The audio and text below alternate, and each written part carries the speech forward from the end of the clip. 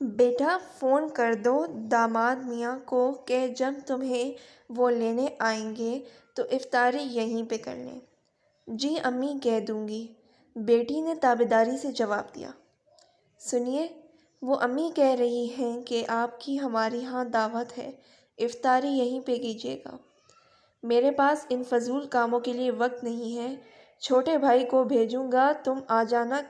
کال کٹ گئی۔ دیکھیں پلیز آپ آ جائیں نا، امی کا دل ٹوٹ جائے گا پلیز، اس نے میسج کیا۔ میں نہیں آ سکتا، دماغ نہ کھاؤ، جواب موصول ہوا۔ اس نے کرب سے آنکھیں موند لیں۔ دوسرا دن وہ صبح سے کال کر رہی تھی مگر آگے سے کال کاٹ دی۔ بالآخر کال اٹینڈ کر لی گئی۔ بولو، اکھڑ لہجے میں پوچھا گیا۔ وہ کیسے ہیں آپ؟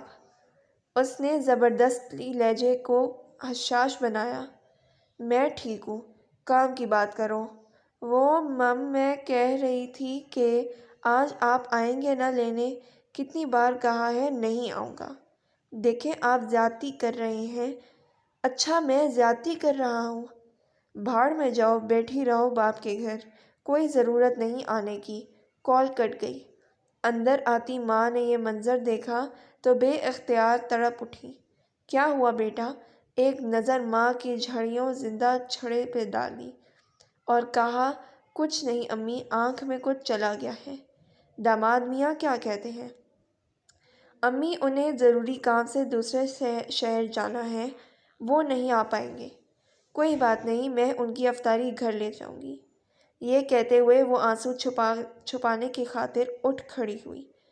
یہ نہ جانے کتنے گھروں کی کہانی ہے، نہ جانے کتنی بیٹیاں ماں باپ کی خاطر کتنے آنسو چھپاتی ہیں اور خود کو خوش ظاہر کرتی ہیں، اور نہ جانے کتنے مرد ماں باپ کی لاڈلیوں سے یوں ہی بے دردی سے پیش آتے ہیں۔